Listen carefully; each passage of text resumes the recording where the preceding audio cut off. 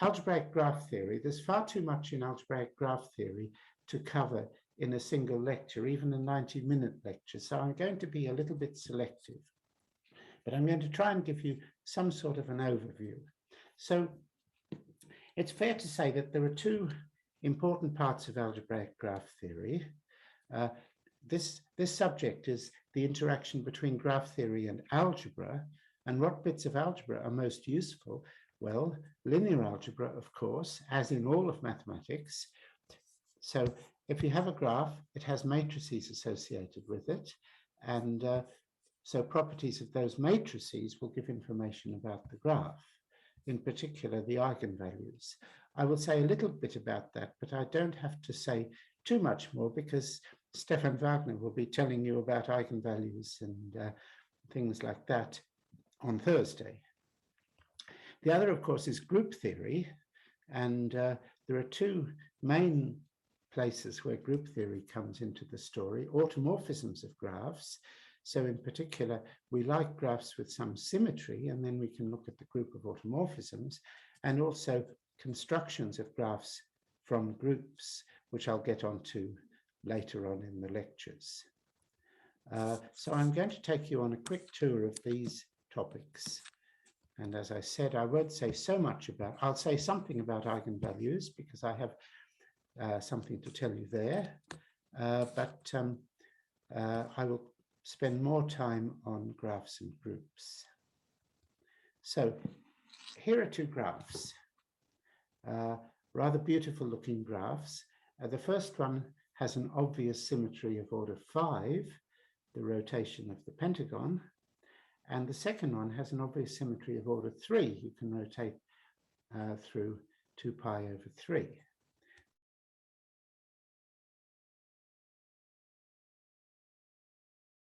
Property that one has will be shared also by the other.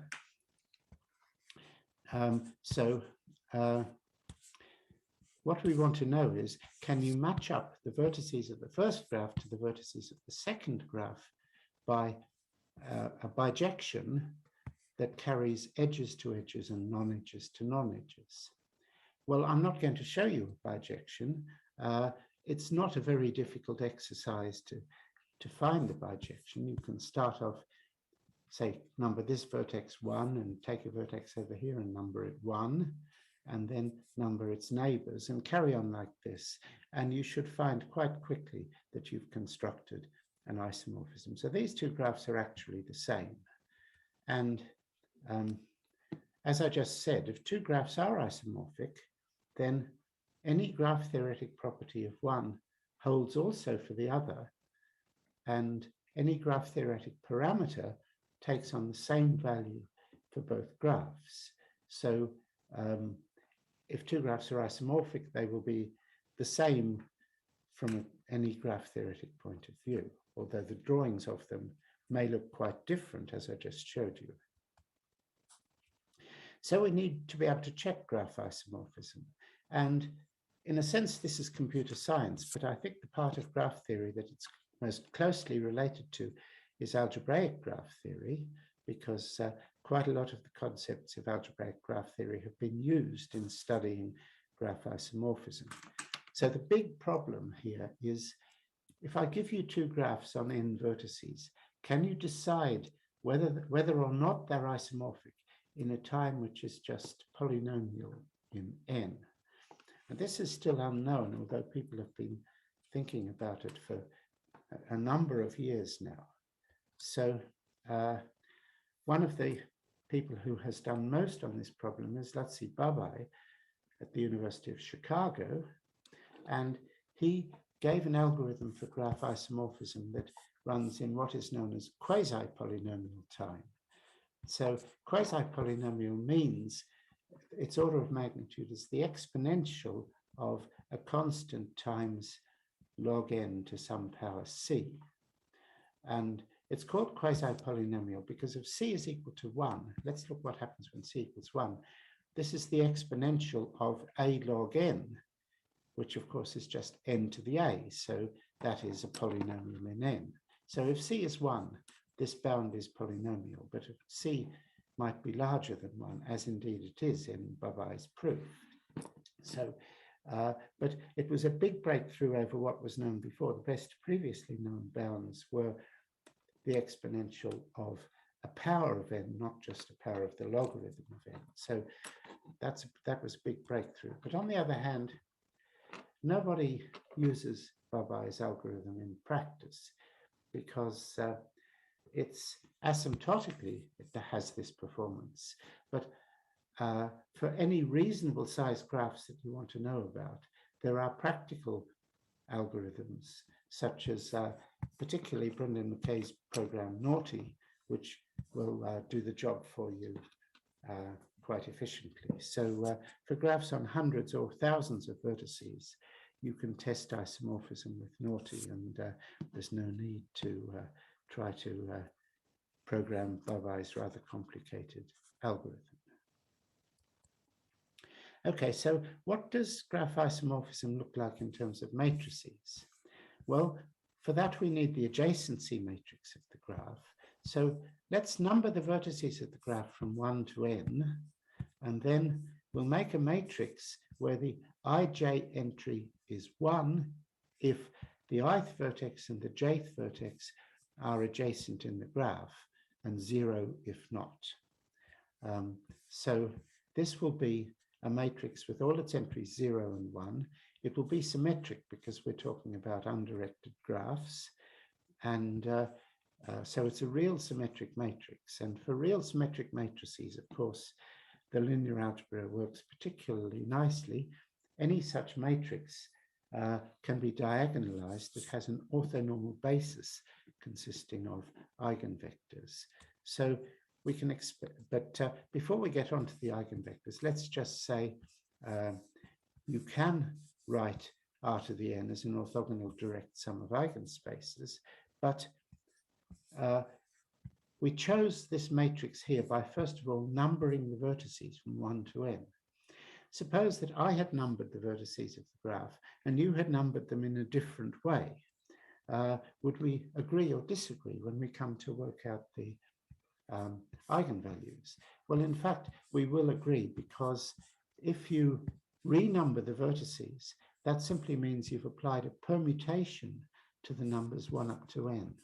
And if Q is the matrix representing that permutation, then Q is an orthogonal matrix, and the new adjacency matrix B will be QA transpose, which is, of course, orthogonally similar to A, and therefore it will have the same eigenvalues with the same multiplicities, and so everything will work just as well for B as for A. So these eigenvalues are isomorphism invariants of the graph, even though to define them, we've put a particular order on the vertices. That order won't matter in the end.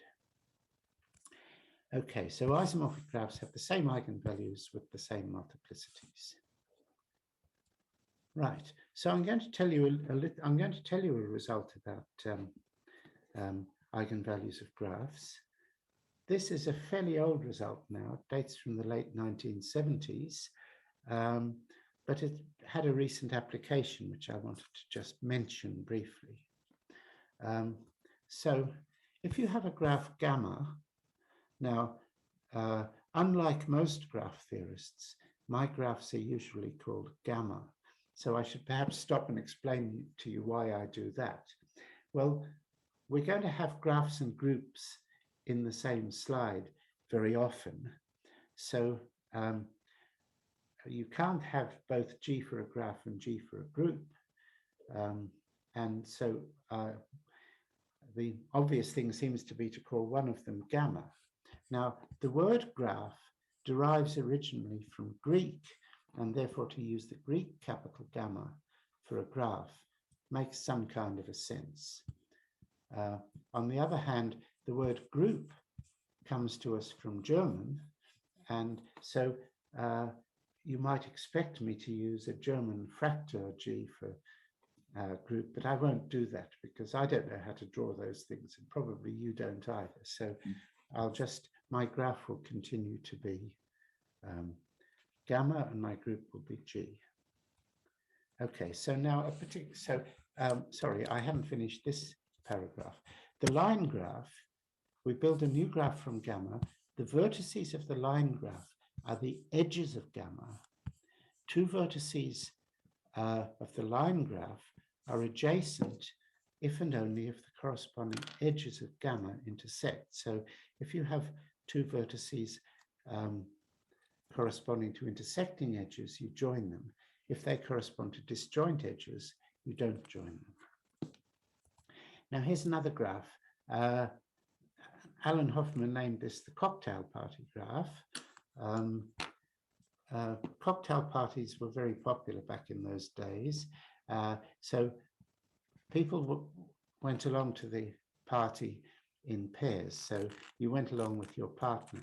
And at the party, you talked to everybody except your partner, right? So there are two M vertices.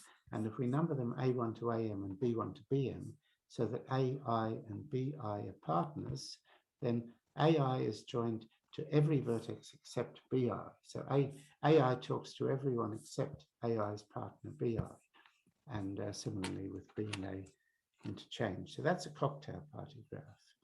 And it's a fairly simple calculation to show that both of these types of graphs have the smallest eigenvalue equal to 2 or possibly larger. But we're going to build something a little more general. This definition is due to Hoffman. So we take our graph gamma, and let's suppose that we label the vertices of gamma with non-negative integers. Then Hoffman says, we'll construct a graph called a generalized line graph. I'll give you an example in a moment. So what we do is we take the line graph of gamma and we add on some cocktail party graphs, CP of L of V. So this L of V is the non-negative integer associated with V. So for every vertex, we stick on a cocktail party graph and we join it. So the vertices of L gamma are edges. So the edge VW gets joined to the cocktail party graphs corresponding to V and W. So let's have a picture of that. Here's a graph. It's a complete graph with one edge missing, so a simple enough graph. Now, over here, the bit in the middle is the line graph. You see the vertices are numbered 1, 2, 1, 3, 1, 4, 2, 3, 3, 4. So they correspond to the edges of this graph here, and they're joined if the edges intersect. And then there are various cocktail party graphs around the outside. So CP3, for example, this corresponds to vertex 4, and therefore CP3 is joined to the edges containing 4, that is 1, 4, and 3, 4, and similarly for the others. So in this way, you build a graph which often called a generalized line graph. And this is the theorem. Hoffman believed that something like this would be true, but he never quite managed to prove it. But it is, as I said, it was proved by me and 3 others. So if you have a connected graph, and if its smallest eigenvalue is -2 or greater, then it's probably a generalized line graph. There are a finite number of exceptional graphs. So it might be one of this finite list, but if it's not, then it's a generalized line graph.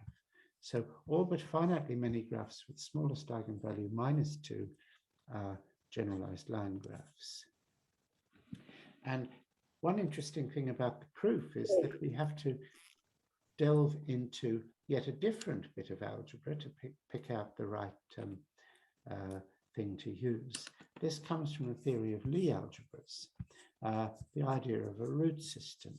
And there's a classification of root systems that goes back to the classification of the simple Lie algebras. And there are some infinite families, and there's also a few exceptional root systems, of which the largest is in 8 dimensions and is known as E8. And this exceptional root system is what explains the finite number of other graphs here, because all of these other graphs, all of these other graphs can be represented by vectors in the root system E8. The ones that are not generalized line graphs are all represented in the root system E8. And the complete list of this complete finite list has not been computed, but all the regular ones have. And in particular, you can look up the regular graphs with smallest eigenvalue -2, which are not line graphs. So there's a case where just one piece of information about the eigenvalues, namely the smallest eigenvalue is -2, gives you very powerful information about the graph. So that's an instance of that. There are various applications of this. In particular, if you are interested in regular graphs, it's very easy to show that a generalized line graph is regular if and only if it's either a line graph or a cocktail pattern graph. So you're down to those two simpler cases. And so a regular graph with least eigenvalue -2 must be one of those types, unless it's one of the exceptional ones. And rather surprisingly, there are even applications further afield. So Peter Sarnak, who I believe is South African, was the London Mathematical Society's Hardy lecturer this year. And in his lecture, one of the things he told us about is an application of this least eigenvalue -2 theorem to an engineering problem. Some engineers came to him with a problem about the design of waveguides, and he was able to solve it using this least eigenvalue -2 theorem. Very nice stuff, but I'm not going to tell you about it now, I'm afraid. So, the eigenvalues tell us a lot about the graph, but they don't tell us everything. You can know the eigenvalues and their multiplicities, and that does not determine the graph that you're looking at. If it did, of course, then we could solve the graph isomorphism problem just simply by taking our two graphs, computing their eigenvalues and multiplicities, and seeing whether they were the same. But if you think about it, for graphs with adjacency matrices A and B to have the same spectrum, then B must be PA-P transpose for some orthogonal matrix A. But to be isomorphic, as we saw earlier on, we require P to be a permutation matrix. So the difference between cospectral and isomorphic graphs is the difference between orthogonal matrices and permutation matrices doing the transformation. And indeed, I'm going to show you that you can have more than exponentially graphs on n vertices with the same spectrum. And this will lead us into another important part of algebraic graph theory, namely strongly regular graphs. So let's delve into that next. And are there any questions so far?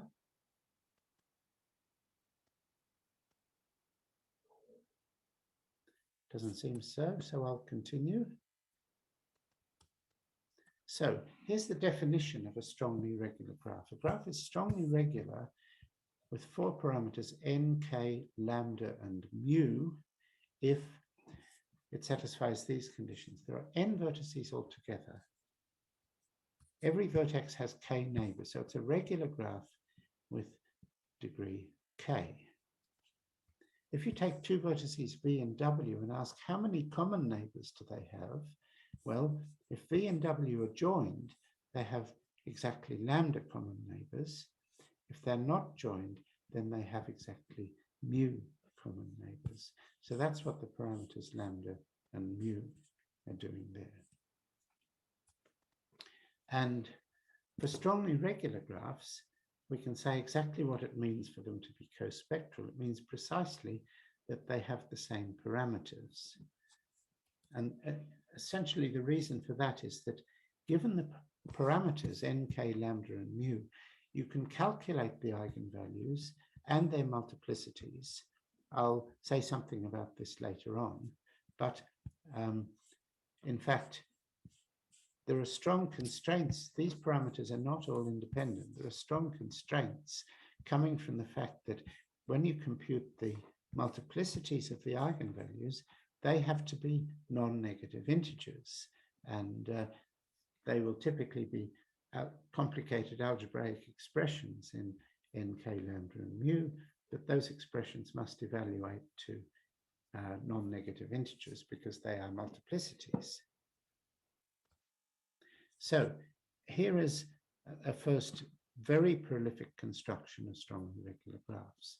So a Latin square of order n is an n by n array, so it's a square array with n squared cells, n in each row and n in each column, and in each cell you put a symbol taken from an alphabet of size n. It can be any alphabet, but it might be the numbers from 1 up to n, and then any row must contain each of the symbols exactly once, and any column must contain each of the symbols exactly once. So you must have n occurrences of each of the symbols in the alphabet, one in each row, one in each column. And if you've done Sudoku puzzles, you'll know what I'm talking about here. So you take the set of cells of an n by n Latin square and build a graph. And the rule for the graph is like this. The vertices are the cells. So there are n squared vertices.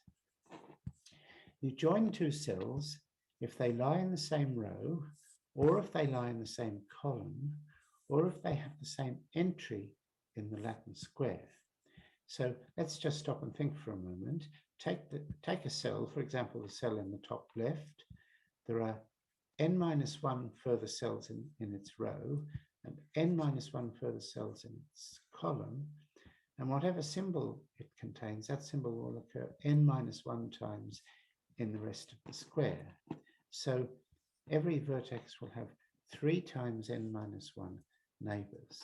So that'll give us at least a regular graph with valency 3 times n minus 1. But you can show fairly easily that it's actually strongly regular, and that lambda is equal to n and mu is equal to 6. So for mu, for example, suppose you take two cells that are not in the same row, not in the same column, and don't have the same entry, then you can look for cells in the same row as the first and the same column as the second, you'll find 1. The same row as the first and the same symbol as the second, you'll find 1. And you go through all the combinations like that, and you find that there are just 6 altogether. So those two have 6 common neighbors. And the Latin square graph determines the Latin square uniquely up to some notion of isomorphism for Latin squares, which I won't go into in detail because we're regarding the graphs as being the important things here. So the Latin square graph does determine the Latin square. And what that's going to tell us is that if we can find many different Latin squares, then we'll have many different strongly regular graphs. And indeed we can. It's known that the number of non-isomorphic Latin squares of order n is roughly n over c to the power n squared for some constant c. We don't know what the constant is. It's somewhere between e and e squared, but in any case, this number is bigger than exponential in n squared. And so n squared is the number of vertices. So there are more than exponentially many of these strongly regular graphs on n squared vertices, all strongly regular with the same parameters, and therefore, according to what we said a moment ago, all having the same eigenvalues and multiplicities. And we like graphs to have symmetry, and some Latin square graphs do have a lot of symmetry, but almost all of them have only the trivial automorphism group. This is a phenomenon that graph theorists are very familiar with. Almost all graphs have only the trivial automorphism group. This goes back to Erdős and Rainey a long time ago, but there are many particular subclasses of graphs for which that's true, in particular strongly regular graphs. So Latin squares give us a very prolific construction of strongly regular graphs, almost all having trivial automorphism group. Here's another prolific construction. This one comes from another part of discrete mathematics, Steiner triple systems. Now, Steiner triple system has a set P of n points, and a collection of triples. These triples are 3-element subsets of P, with the property that if you take any 2 points of P, you can find exactly one of these triples containing those 2 points. So from that, you can calculate how many triples there are. And so we build a graph again. We take the vertex set to be the set of triples of the Steiner triple system.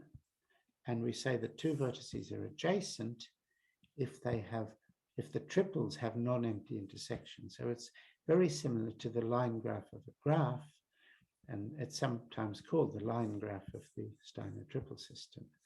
I shall just call it a Steiner graph here. So the vertex set is the triples, join them if they have non-empty intersection. And again, you can do a little calculation and find that it is strongly regular, and the parameters are n times n minus 1 over 6, 3 times n minus 3 over 2, n plus 3 over 2, and 9. So I'll tell you where the 9 comes from. That's easy to explain. Take 2 disjoint triples. How many triples meet both? Well, such a triple must contain 1 point from one and 1 point from the other. And so there are 3 choices of a point in one triple, 3 choices of a point in the other, 9 altogether. For each of those pairs, there's a unique triple containing it. Now, Steiner triple systems don't exist for all values of n. It's fairly easy to show that n has to be congruent to 1 or 3 mod 6. But moreover, if n is congruent to 1 or 3 mod 6, then the Steiner triple system exists. This was proved by Kirkman about 6 years before Steiner posed the question of whether they exist or not. So they probably should be called Kirkman triple systems, but unfortunately that name is used for something else. Anyway, so Steiner triple systems.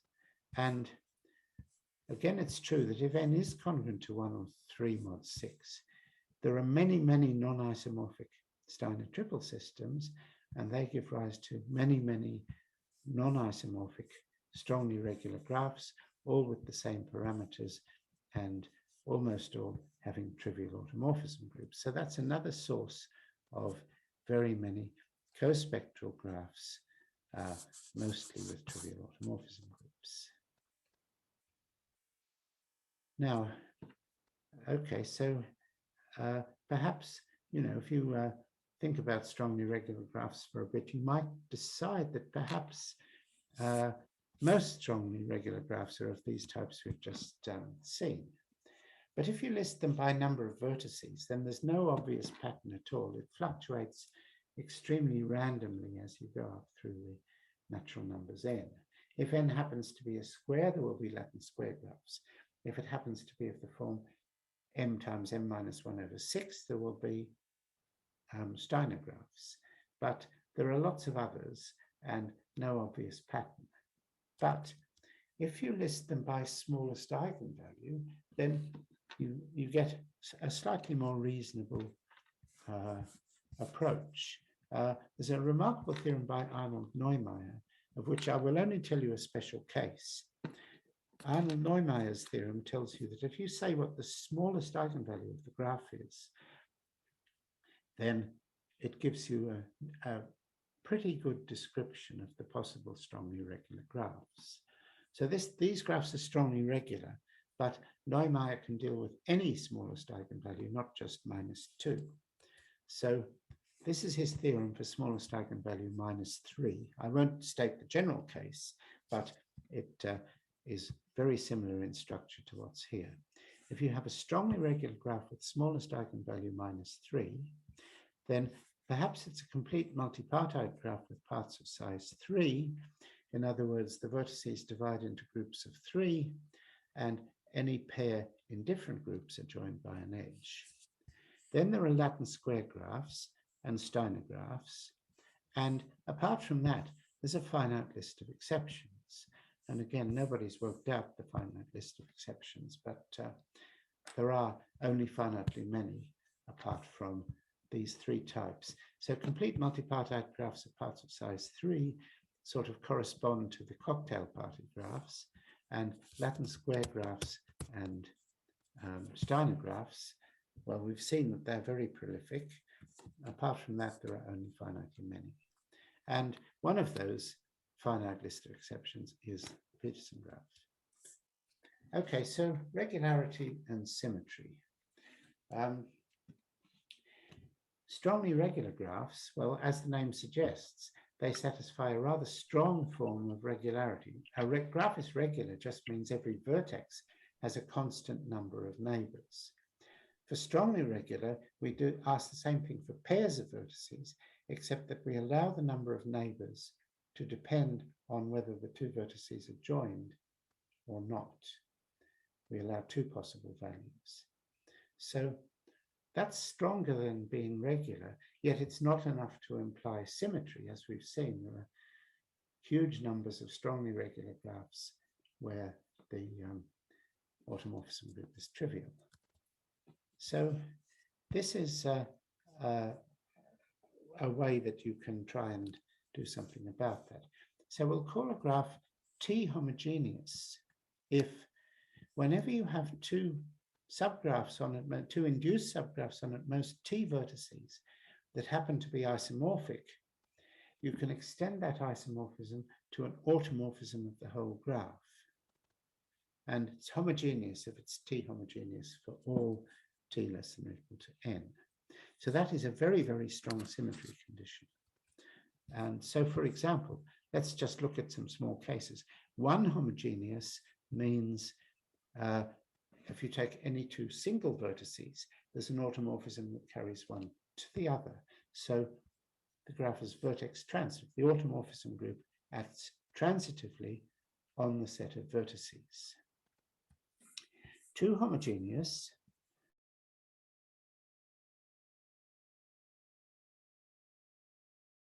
the other.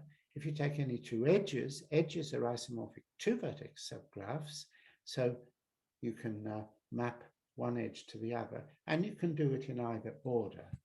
And similarly for non-edges. So the automorphism group is transitive on vertices, transitive on ordered edges, and transitive on ordered non-edges. And to a group theorist, you would say this automorphism group has rank 3, which means that there are 3 orbits on ordered pairs of vertices. There are pairs for which the two vertices are equal, pairs for which they're joined by an edge, and pairs for which they're not joined. So this is a strong condition. And in fact, it's possible to list all of the two homogeneous finite graphs using the classification of finite simple groups. Now, this is an extremely big theorem to use on a problem like this, but there seems to be no obvious way of solving it without the classification. So we're classifying all the two homogeneous finite graphs. In effect, what we're doing is we're classifying the rank 3 permutation groups. And so what is the regularity condition? So one homogeneous would be like, it's a strengthening of one regular, and just being regular. And two homogeneous is strengthening of being strongly regular. So let's make a general definition. We'll say that the graph is T-tuple regular if whenever you take two sets A and B of vertices of the same size at most T, and let's suppose that the induced subgraph on A is isomorphic to the induced subgraph on B, then we don't ask for any automorphism to extend. What we ask for is that the number of common neighbors of A will be equal to the number of common neighbors of B. So if the subgraph you see on A is the same as the subgraph you see on B, then their numbers of common neighbors should be equal. So this is just a purely combinatorial condition. It's just counting common neighbors of certain sets of vertices. So one tuple regular means any two vertices have the same number of neighbors. Two tuple regular adds in the condition that any two edges have the same number of common neighbors, and any two non-edges have the same number of common neighbors. So that's just strongly regular. And these conditions get stronger as T increases. So can we get anything out of this? Well, yes, we can. And indeed, we can prove a theorem whose proof does not require the classification of finite simple groups. The proof is just linear algebra, in fact. So very much part of algebraic graph theory. So here's the theorem. Suppose you have a 5-tuple regular graph. Suppose you ask that this condition holds for subsets of size at most 5. Then the graph is homogeneous. So in other words, we've gone from this regularity condition just on sets up to size 5 to being homogeneous, having this transitivity condition of the automorphism group for arbitrary size sets. And here are all the graphs. First of all, you could have, if you took a disjoint union of complete graphs, all of the same size, then you can easily see that that's homogeneous. And the complement of that is a complete multipartite graph with all the multipartite parts of the same size. So you have these two, perhaps not terribly interesting graphs. And there are only two more. There's the 5 cycle, C5, and the line graph of K33, which is like a 3x3 grid with 2 points in the same row or column joined. So that's the complete list of homogeneous graphs, but it's also the complete list of 5-tuple regular graphs. So once you get up to 5, suddenly you understand all the graphs. So we have this 2-tuple regular means strongly regular, whereas 2 homogeneous means rank 3. They're very different. For 3 and 4, they're different, except we don't know how different. There's only one known example of a graph which is 4-tuple regular, but not 4 homogeneous. So there's still some mystery there, but and once we get to 5, everything is known. So there's a little, that's the point where regularity does imply symmetry. It's a fairly rare thing to happen in mathematics that regularity implies symmetry, but here's an example where it does. Okay, so now I'm going to go over more to graphs on groups. So again, this is a good point to pause and say, if anyone has any questions, please ask.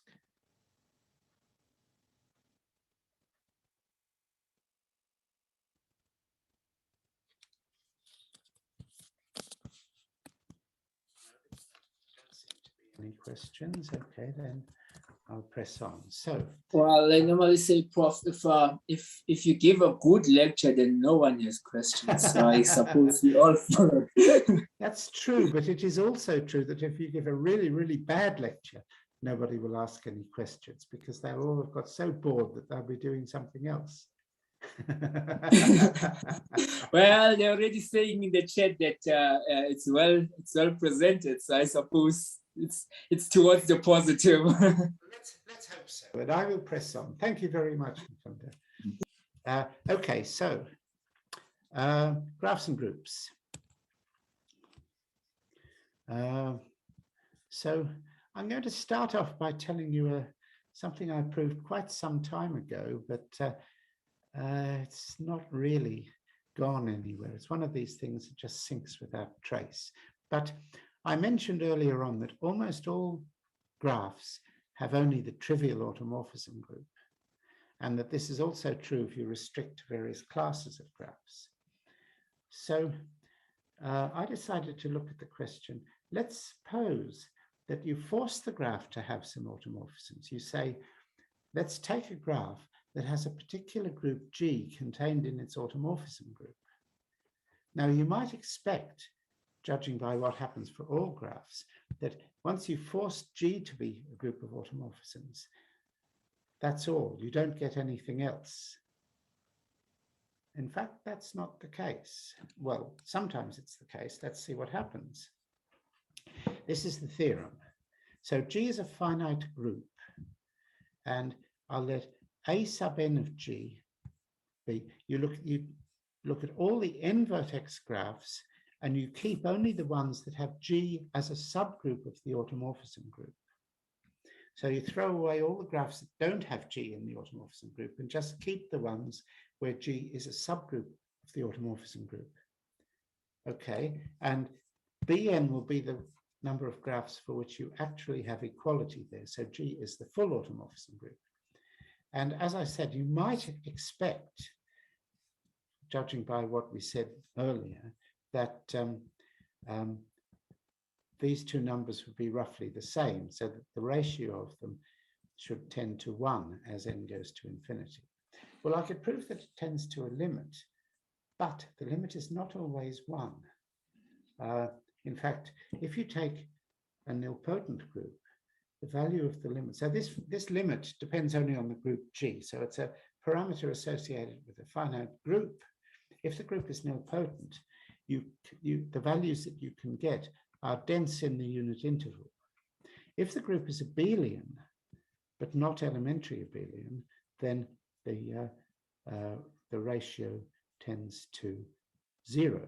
There's always extra automorphisms, because if you have an abelian group that's not an elementary abelian 2 group, then the map that sends every group element to its inverse will come from an automorphism of the graph. So strange things happen, but I won't say any more about that. That's just a curiosity. So we're really going to be interested not just in whether a group G is contained in the automorphism group, but whether it acts nicely on, let's say, the vertices. So we'll say that the graph gamma is vertex transitive if, given any two vertices, there's an automorphism of gamma mapping one vertex to the other. So this is exactly what I called one homogeneous before. So vertex transitive. So we'll be looking at vertex transitive graphs for a little while. And if G is a subgroup of the automorphism group, we say that gamma is G vertex transitive if the group G acts transitively. So you can map any vertex to any other by an element of this subgroup G. So vertex transitive graphs, very important class of metric graphs. So vertex transitive graphs, of course, are regular, because if you can map any vertex to any other by an automorphism, those two vertices have to have the same valency. But not every regular graph is vertex transitive. And in fact, so there are a few results now, not all that many, but there are a few results which say vertex transitive graphs have some special properties that are not shared by arbitrary regular graphs. And here's an example. If you take a vertex transitive graph on an even number of vertices, then it has a perfect matching. In other words, you can find a set of pairwise disjoint edges covering the entire vertex set. So vertex transitive graphs on an even number of vertices have perfect matchings. And of course, that is definitely not true for regular graphs on an even number of vertices. So to look a little further, we have to say a few things about permutation groups. So let me just make a small detour through the land of permutation groups, which is a country where I feel very much at home, actually. So G will be a permutation group, and the pioneering book on permutation groups was the book by Wieland, and almost everybody follows Wieland. A permutation group always acts on a set called capital omega. So what does that mean? It means simply that if you take the symmetric group on omega, the group of all permutations, then and the operation is composition, then G is a subgroup of the symmetric group. So a permutation group is just a subgroup of the symmetric group. And we say that G acts transitively if you can carry any point of omega to any other by some element of G. So when I write alpha G, I mean take the point alpha, map it by the permutation G. And you can always find a permutation which will map alpha to beta for any choice of alpha and beta. So G acts transitively if that holds. And now there's a subgroup of associated with this. If you take a point of omega and you let G subscript alpha be all the elements of G that fix the permutation, the point alpha, all the permutations in G that map alpha to itself, that's called the stabilizer of alpha, and it is a subgroup. You can easily see that if you have two elements, G and H, for example, that both fix alpha, then the composition of them, GH, will also fix alpha.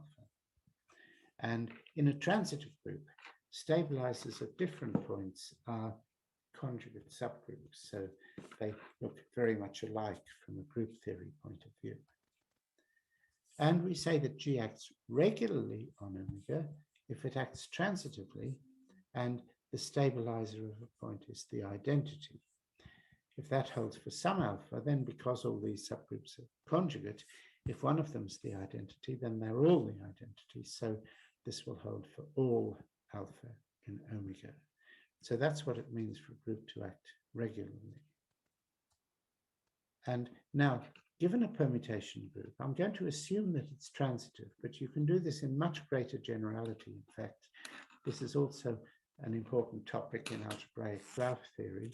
You may have come across the term coherent configuration.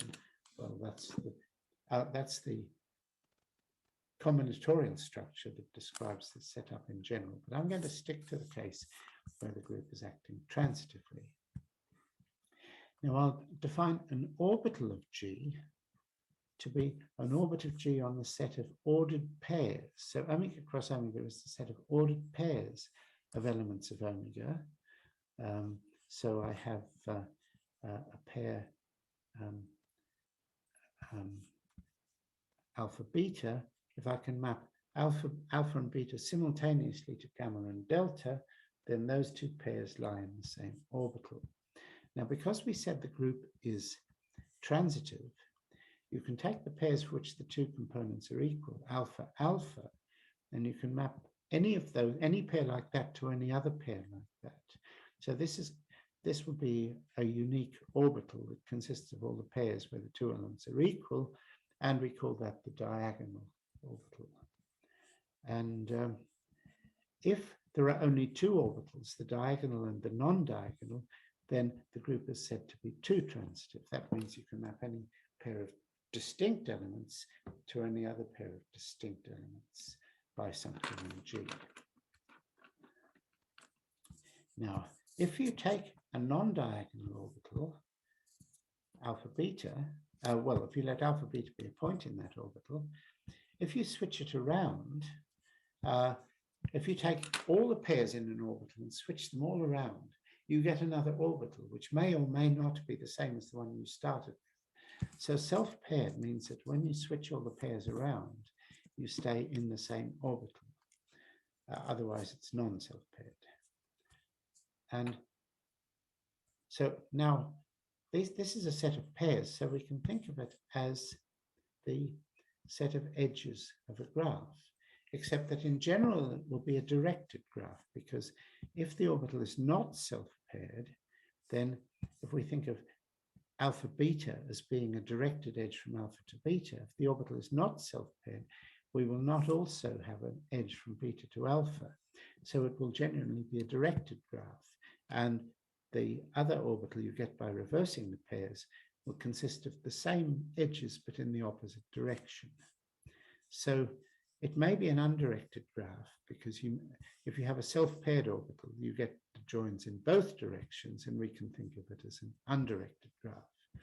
If it's a directed graph, then typically what we'll do is we'll throw in the other orbital that you get by reversing the pairs to make an undirected graph. And each orbital, so you get some graphs out of this, and each orbital graph has G as a group of automorphisms, and this group acts arc-transitively, which means transitively on directed edges. And if O is not self-paired, then we put the orbital together with the one paired with it, and we get an undirected orbital graph, and that will have an edge transitive action of G. So what we've got is, we started off with this transitive permutation group. We've got a whole bunch of edge transitive graphs, and these are precisely the edge transitive graphs that have G as a group of automorphisms. And so how do we get all the G invariant graphs? Well, you take those edge transitive graphs and you just take unions of some of them. So you take a graph whose edge set is the union of some of these orbital graphs. Precisely the edge transitive graphs that have G. Sorry, could you say that? So how do we get all the G invariant graphs? Well, you take those edge transitive graphs, you just take unions of some.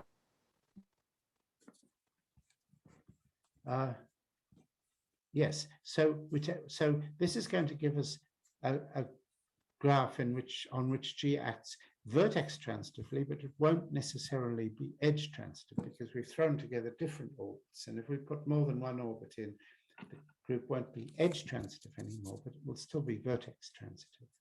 So if we allow directed graphs, then we can take arbitrary unions of orbitals and get all the G invariant directed graphs. So this gives us a way of kind of surveying all at once all of the G invariant graphs. And the particular case of this, there's one very important case that's had a lot of attention, and I've even heard people say algebraic graph theory is the theory of Cayley graphs. Well, I don't think it's just that, but Cayley graphs are certainly a very important topic. And this is the case where G acts regularly on omega. You remember that G acting regularly means that it acts transitively, and the stabilizer of any element of omega is the identity. Well, then that says for any alpha and beta, I can find an element of the group mapping alpha to beta, but there will only be one such element. This G is unique because if there were two of them, G1 and G2, then I could map alpha to beta by G1 and beta back to alpha by the inverse of G2, and I'd get something that fixed alpha but wasn't the identity. So we've got a one-to-one correspondence between all the points of omega and all the elements of the group. So we can identify omega with the group in this case, and then the action of the group is just the action by right multiplication if we do this. And what are the orbitals? Well, it's not hard to work out what the orbitals are. They're the sets. Take a fixed element S and look at all the pairs x, sx. They will form an orbital, because if I take x, sx and multiply on the right by another element y, I will get xy, sxy, and that will again be in this set. So these orbitals are, these sets here are the orbitals. And if you have an orbital OS, the orbital paired with it is OS inverse. And that means that if you want to describe all of the G invariant undirected graphs, then you have to say, take a set of, so we have to put together a bunch of these orbitals. So let's let capital S be the set of elements for which we're putting in those orbitals, and we want it to be undirected. So we want, if we put S in, we want to also put S inverse in, and we don't want to put the identity in because that would give us loops. So we take an inverse closed subset of G minus the identity. In other words, take an arbitrary subset of G minus the identity with just the one property, that is, if S is in that set, then so is S inverse. And if you do that, and then you look at all the pairs like this, they will be the edges for any X in the group and any S in our set capital S. They will be the edges of a graph on which the group acts transitively. And any graph on which the group acts transitively will have that form. So these are the Cayley graphs. So in a rather roundabout way, I could have just said, here's the definition of a Cayley graph. You take the vertices to be the elements of the group, and you take this inverse closed subset capital S, and you join X to SX if little s belongs to capital S. But you see, we've now realized that these are precisely the G invariant graphs where G acts regularly. And so what we've shown is gamma is a Cayley graph for a group G if and only if the automorphism group of gamma contains a subgroup isomorphic to G acting regularly on the vertex set. So it's a Cayley graph for some group if and only if there's a subgroup of the automorphism group acting regularly on the set of vertices. So that's what Cayley graphs are. And there's a huge amount of theory of them. I haven't time to tell you much about them. They're a very important subclass of the vertex transitive graphs. And indeed, not every vertex transitive graph is a Cayley graph. And the easiest example of that is our old friend, the Peterson graph. So if we go back to the Peterson graph for a moment, its automorphism group happens to be isomorphic to the symmetric group S5, but it acts on 10 things. These 10 things, well, it doesn't matter what they are, it's acting on 10 vertices. And so if there were a regular subgroup, it would have to have order 10. But the only subgroups of order 10 in the symmetric group are dihedral subgroups. They contain elements of order 2, and an element of order 2 will fix a vertex of the Peterson graph. So it's fairly easy to see that the Peterson graph does not have a group of order 10 of automorphisms acting regularly. So the Peterson graph is not a Cayley graph. Now, it seems several people have looked at this question, which vertex transitive graphs are Cayley graphs, and have done summaries and have censuses to see how often that happens. And it seems that most vertex transitive graphs are Cayley graphs. There's no theorem along those lines as yet. But in fact, quite a long time earlier, Gerd Sabadusi showed that every vertex transitive graph has a cover in a certain sense, which I won't go into, which is a Cayley graph. So vertex transitive graphs and Cayley graphs are very closely connected. And you might say that because of Sabadusi's result, if we understood everything about Cayley graphs, we would understand everything about vertex transitive graphs. So this is an important area, but I would just leave you here with a little warning, which I've tripped over a couple of times. So if you read the literature on Cayley graphs, you will meet the concept of a normal Cayley graph. And sad to say, the term normal Cayley graph has two completely different meanings, incompatible with one another. They're both interesting concepts and they're both worth studying, but we shouldn't call them both normal, I'm afraid. This happened because the ideas arose in completely different places, and nobody when the second one was invented, nobody noticed that the term normal Cayley graph was already in use for something quite different. So here's what the two definitions are. The first definition, a Cayley graph is normal so you have this set S, which is called the connection set. So remember, we join X to Sx for all elements little s in the set capital S. So capital S is a connection set. It tells us about which are the edges of the Cayley graph. If that set is a normal subset of the group, in other words, if it's closed under conjugation, then we call the Cayley graph a normal Cayley graph. And there's a very nice interpretation of that. You see, we said that the group G acts by right translations as a group of automorphisms of the Cayley graph.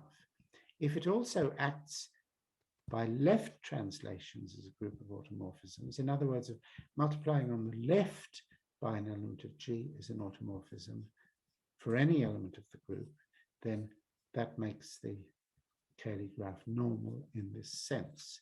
So that's one sense of normal Cayley graph. Nice idea, and there are some nice theorems about it. But then more recently, another usage has come up, and this one seems to now be more popular than the first. We say that a Cayley graph for G is normal. Well, we know that if you have a Cayley graph for G, then the right translations by elements of G are automorphisms. If they form a normal subgroup of the full automorphism group of the graph, then the Cayley graph is called normal. But I won't stop for examples, but you can work out examples for yourself, and I encourage you to do so to show that these are really quite different concepts, and you can have one holding and not the other, either way round, and either implies the other. So just be a little careful. It would be nice to think that it's not too late yet to change the terminology.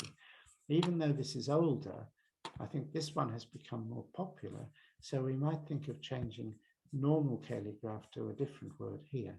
And my suggestion would be to call it inner automorphic, because, as I say, well, I didn't actually say so, but if you have both left and right translations by G as automorphisms, if you translate on the left by G inverse and on the right by G, then you've just conjugated by that element G. That's an inner automorphism, and therefore the inner automorphisms are automorphisms of the Cayley graph. So we could call that inner automorphic, but I don't know. That probably won't happen. Okay, so that's Cayley graphs and vertex transitive graphs. I'm going to turn to one final topic, and the reason I'm going to say something about this is because over the course of this year, I was involved in a research discussion group run from Kochi in India, where the focus of attention was the next thing I'm going to talk about. And I want to give you a brief summary of this. I've got less than half an hour left, so I can't say much. But back in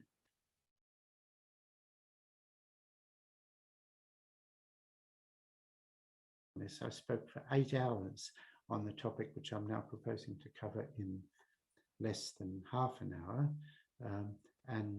If you go to my webpage, you can find a link to that. So if you're interested in what I'm about to say, there is plenty more information available. So these are graphs on groups. So this is, the graphs and groups are very close together in this topic.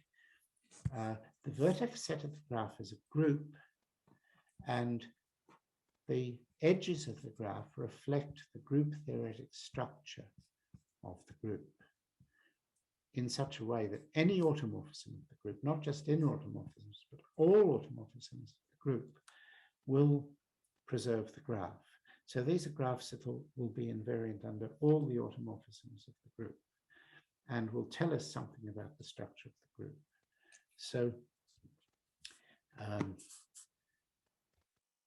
there are a number of examples of these that have been looked at.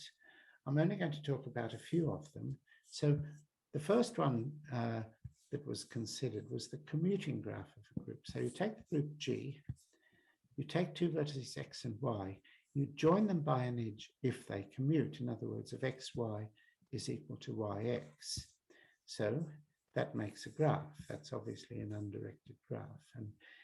And of course, any element commutes with itself. So technically, we would have a loop at every vertex, but usually we just silently forget the loops. Then another one, so the commuting graph goes right back to the 1950s. And so let me just say a bit about that. There was a very important paper by Brouwer and Fowler in 1955, which in some sense was the first step towards the classification of the finite simple groups. In this paper, they drew attention to centralizers of involutions in simple groups and showed why it's important to study those. The important tool that they used was the commuting graph of the group. So the next one that was invented in about 1999, the power graph of a group. So we join X and Y if one of them is a power of the other. So either x is y to the m for some m, or y is x to the m for some m, or possibly both. So that's the power graph. And the generating graph, we join two elements x and y if the group they generate is the whole of G. Now, of course, this won't be interesting for some groups, because unless the group can be generated by two elements, then this graph will simply not have any edges at all. So this is particularly interesting for groups that can be generated by two elements. But it follows from the classification of finite simple groups that all of the finite simple groups can be generated by two elements. So we have plenty of interesting examples of groups for this. As I say, the commuting graph goes right back to 1955 to Brouwer-Fowler. And I've written a long survey article about these things in the International Journal of Group Theory. I'll give you the reference to that at the end. So these graphs are not just unrelated graphs defined on a group. They actually form a hierarchy in which each one is contained in the next, in the sense that the edge set of each is contained in the edge set of the next. And with just one proviso, which I'll come to when we get there. So you start with the null graph, no edges at all. You go to the power graph, so you join x and y if one is a power of the other. Then there's something called the enhanced power graph, where we join x and y if they're both powers of some element z. So if one of x and y is a power of the other, then obviously this condition will be true. So edges of the power graph will be edges in the enhanced power graph, but not necessarily conversely.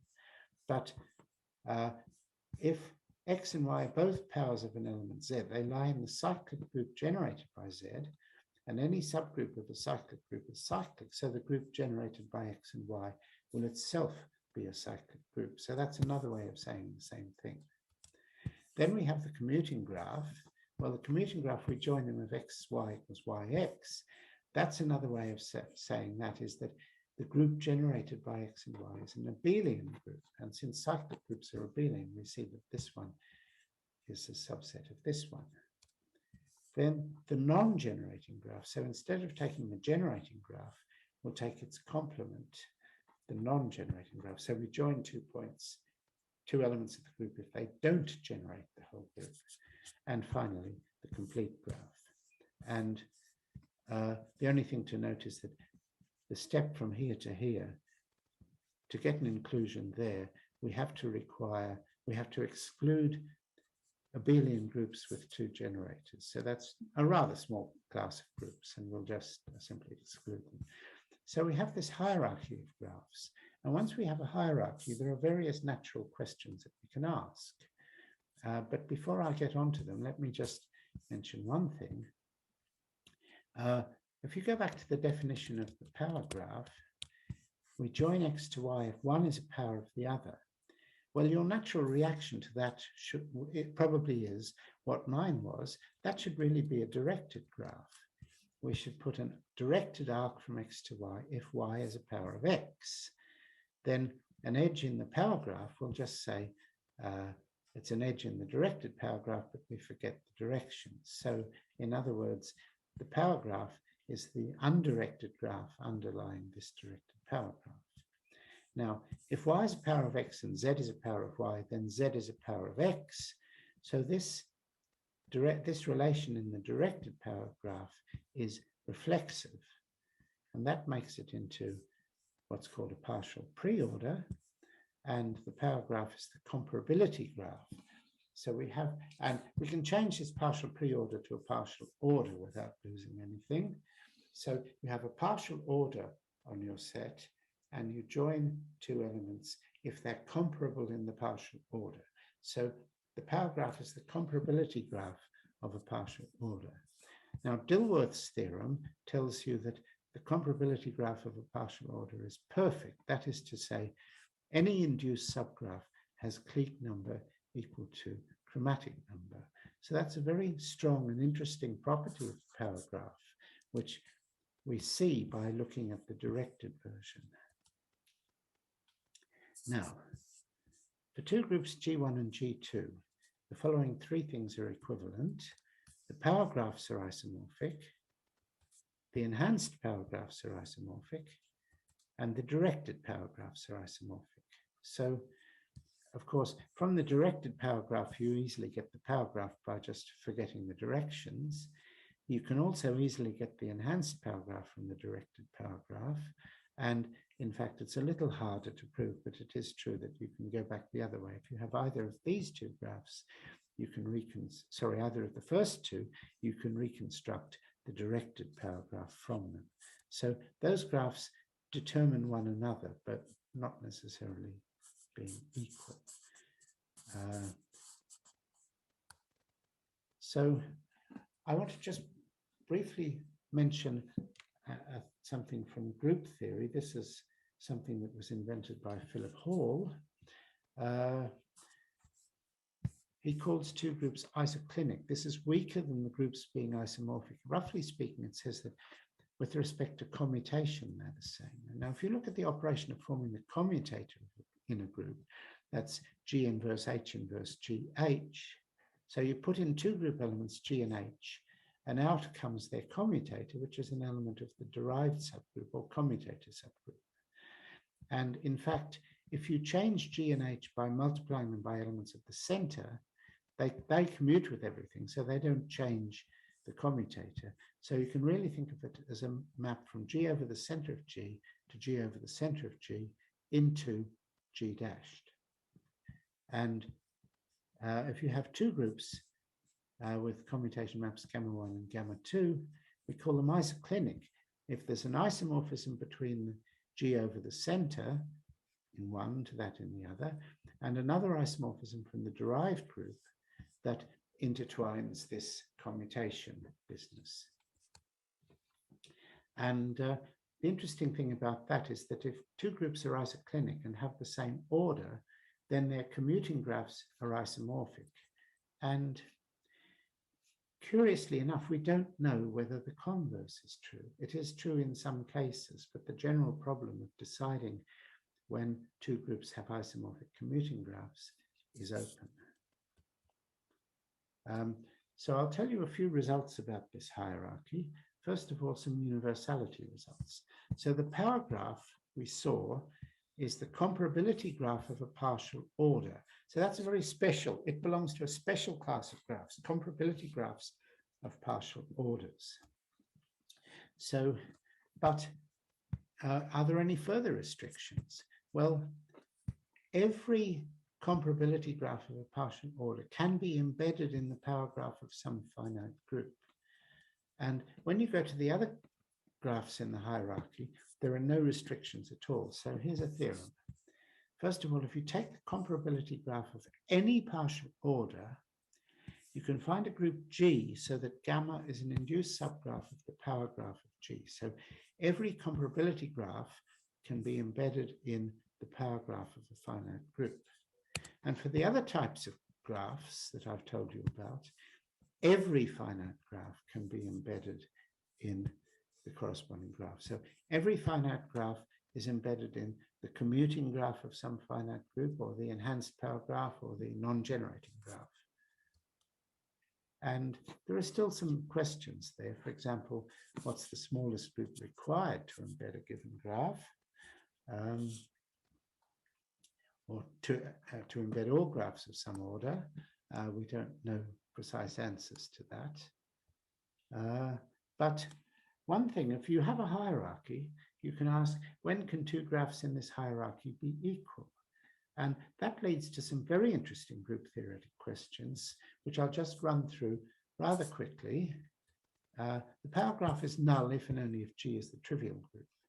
And that's easy to see because the identity is joined to all other vertices. The identity is a power of any other element. And so if the group wasn't the trivial group, then there would be at least an edge from the identity to some non-identity element. The enhanced power graph is equal to the power graph if and only if G contains no subgroup which is a direct product of cyclic groups of distinct prime orders. And all of these groups have been classified, but this gets to be quite hard group theory, so I won't go into details. So the next in the hierarchy is from the enhanced power graph to the commuting graph. Those two are equal if and only if G has no subgroup CP cross CP for the same prime P. It's rather interesting that these conditions look so similar, but again, these groups can all be classified. So we know the groups where one of those pairs of graphs in the hierarchy are equal. If G is not two generated abelian, then the commuting graph is equal to the non-generating graph if and only if G is a minimal non-abelian group. That means G is non-abelian, but every proper subgroup is abelian. And these groups were classified way back in 1904 by Miller and Moreno. And the non-generating graph is complete if and only if G is not two generated. That's a sort of triviality to finish the hierarchy off. So now there are plenty of open problems there, because if two graphs in the hierarchy are not equal, we can ask about the difference. So take the difference of their edge sets. Let's suppose you took the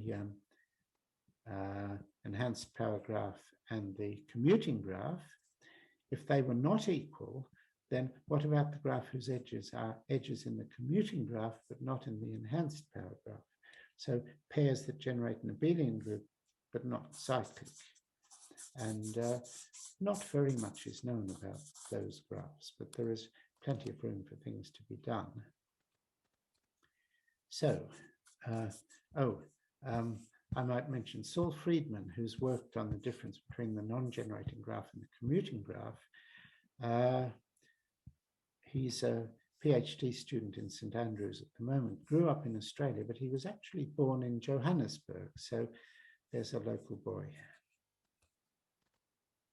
So what I'm going to do is just spend the last little bit of time giving you just a few pieces of information about some of these graphs to show you that there are interesting questions here. So first of all, the power graph. Now, in the power graph of group G, remember, we join two elements if one is a power of the other. And that means that every edge is contained in a cyclic subgroup of G.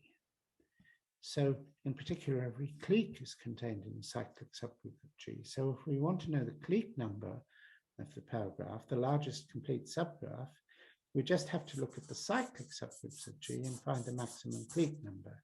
So basically, we need to know the orders of the elements in G and be able to work out the clique numbers of cyclic groups of those order. So let's look at the clique number of the cyclic group of order, power graph of the cyclic group of order n, and let the clique number be f of n. Then this f is really a number theoretic function.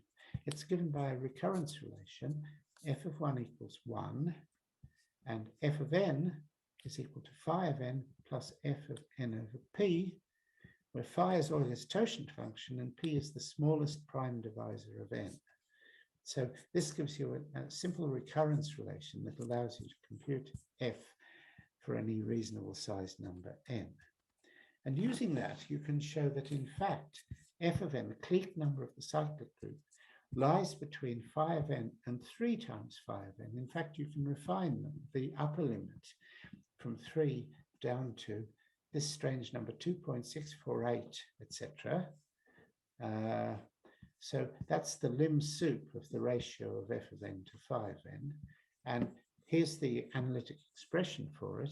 You take the product of 1 over pi minus 1, where I runs through the first k primes, and you sum that over all k greater than or equal to 0. And that gives you that constant there. This is a very rapidly converging series, so you get the numerical value as accurately as you like very quickly. And an open question there is, what about other limit points of this ratio f of n over phi of n?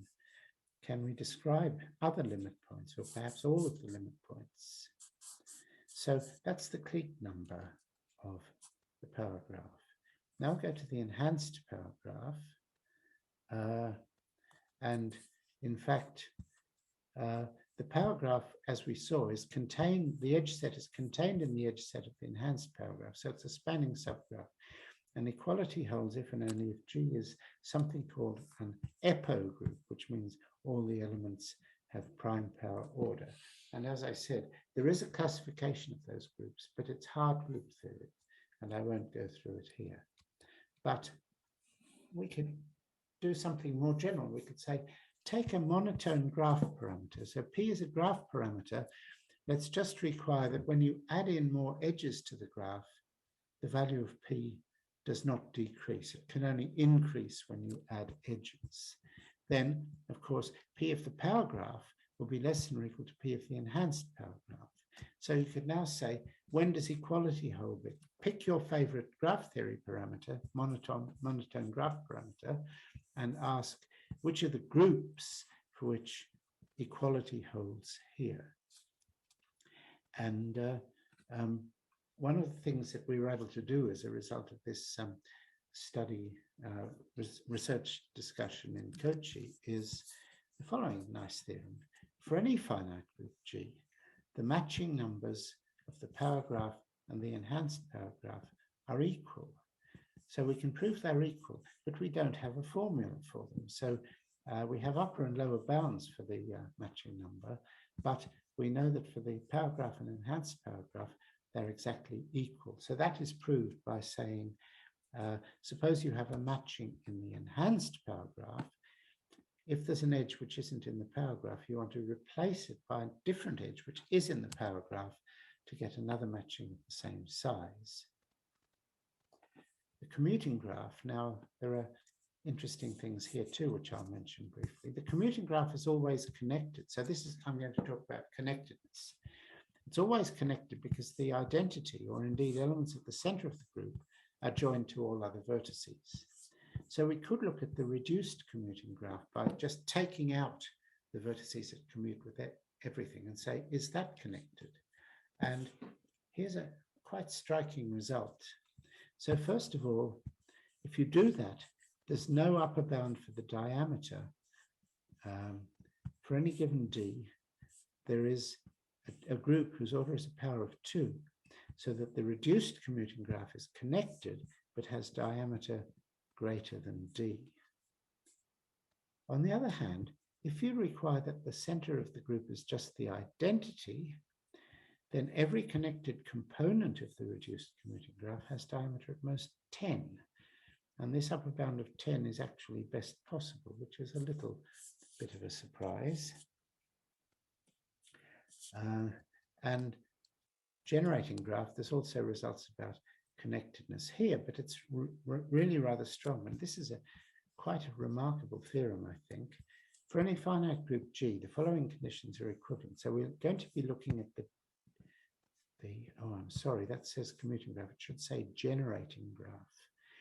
Take the generating graph of a group G, remove the identity, then if every vertex of that graph has a neighbor, so there are no isolated vertices, that's equivalent to saying any two vertices have a common neighbor, which is stronger than saying the diameter is at most 2. So these two very different looking conditions are equivalent for generating graphs. And there's a group theoretic version, every proper quotient is cyclic. So that's just a very brief tour through graphs defined on groups, and I will stop there. The reference is here.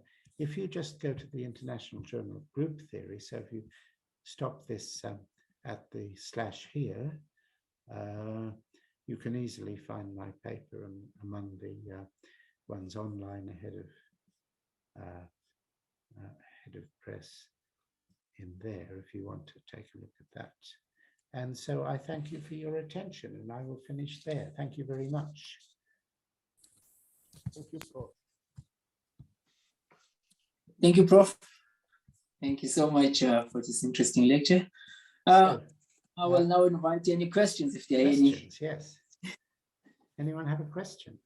Thank you so much. Hello, Peter. Hi. My name is Michael. Yes, hello. Hello, Michael. From Masinde Muliro University, Kenya. Okay, yeah. Thank you so much for the well-delivered lecture. You have given very good dichotomy on the algebraic, the linear algebraic perspective and the group perspective, group theoretic perspective. Yes, thank you. But I just wanted to get a little enlightened, particularly on the hierarchy. Yes. There's a class of graph that is of interest to me. Yes. That is the zero divisor graphs. Ah, right. Yes, yes. And in the hierarchy, you did mention it, specifically probably I was focused talking majorly. about groups. So yes. So I would have really wanted it to probably have appeared under the algebraic perspective. It was very nice when you talked about the adjacencies and probably the incidence matrices over graphs. Huh? Yes. And probably I would have expected that you would have gone a little into details with them, with such classes of graphs too. Yes, you're absolutely right. If I had had, let's say, another hour, I would certainly have talked about the zero divisor graphs. So this research discussion I mentioned in Kochi, we did talk about the zero divisor graph at some length there, and so one of the things that we were able to prove is the following. So I gave you some universality results for these graphs that I'm talking about. So let me just go back to those. Given a graph, can you embed it in this particular sort of graph? So what we were able to show is that every graph is embedded as an induced subgraph in the zero divisor graph of some finite ring. But if you, and that's even true if you require the ring to be a local ring. But yes, if it's a local ring whose maximal ideal is principal, then that is not true. And the only graphs that can be embedded are the class of what are called threshold graphs. So the graphs that are embeddable in the zero divisor graph of a local ring with principal maximal ideal are the threshold graphs, which I thought was rather nice. So this is another of these very interesting classes of graphs. Okay. So yes, I have thought about them and I have some things to say, but I'm sorry I didn't get to say them. If I'd known you wanted to hear about that, I would have tried to squeeze something in. All right, but email me about this if you're interested. We can maybe discuss it.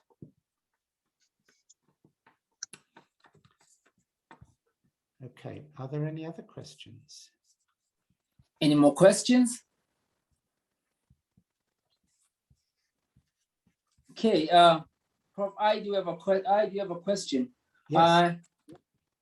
I noticed that earlier on, you gave us a condition. You gave us necessary and sufficient conditions for the power graph to be equal to the null graph. There's these two graphs, the power graph and the enhanced power graph. Are there any necessary and sufficient conditions for these two graphs to be equal? I'm not sure whether you did explain this. And yes, I skipped over that. I mentioned it, but I didn't tell you what the condition was. This is precisely the condition. Are there any known conditions though for it? Yeah, let me see if I can find that. I'm going the wrong way, I think. Equality, right. The enhanced power graph is equal to the power graph if and only if the group contains no CP plus CQ, where P and Q are distinct primes. And these, I talked later on about things called EPO groups. These are EPO groups. That stands for elements of prime power order, because this condition implies, or it's equivalent to saying that all the elements of the group have prime power order. And there is a classification of these things. So Graham Higman looked at them in 1956. He found all the soluble ones. Suzuki, when he found his family of simple groups, found that some of those were EPO groups, and he was able to classify all the simple EPO groups. But the complete classification, this is okay. Thank you so much. So I asked. I was in contact with Natalia Maslova at Yekaterinburg in Russia. And I asked her if she knew a classification of the EPO groups. And she said, no, I don't. But she sat down and wrote one out. So we now do have a classification of all the EPO groups. If you're, if you're interested, I can send you the details. Okay. And one other question is, do we have any definition of power graphs for infinite groups? Yes, you can use the same definition, but it's a little bit more complicated because, for example, is the identity joined to an element of, excuse me, an element of infinite order? You have to make a convention about that, because if G is an element of infinite order, then G to the 0 is the identity, but there's no positive number n, positive or negative n, for which G to the n is the identity. So that's a question of convention, and you simply have to decide. So there are some differences, but you can make the definitions the same, but the theory is, I should say, less well developed, though there are some results about this. And again, if you're interested, I can point you in the direction of some of the results. Thank you so much. Any more questions from any of the audience? I think there's something in the chat. Let me just check. Oh, okay, no, it's just asking about what slides. Okay,